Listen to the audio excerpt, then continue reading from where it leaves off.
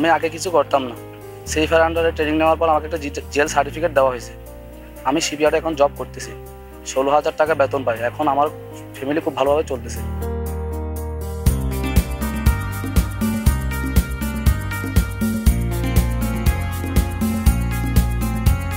আমি আগে গার্মেন্টসের মেশিন চালাইতে পারতাম না।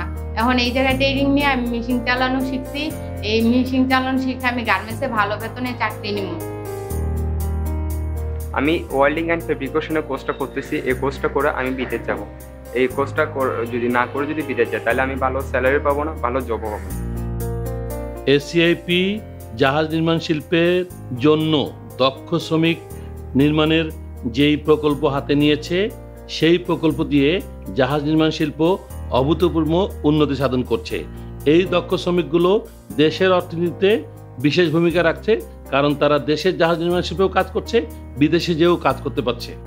The main purpose of this project is to enhance the productivity of the workforce in the industrial sector.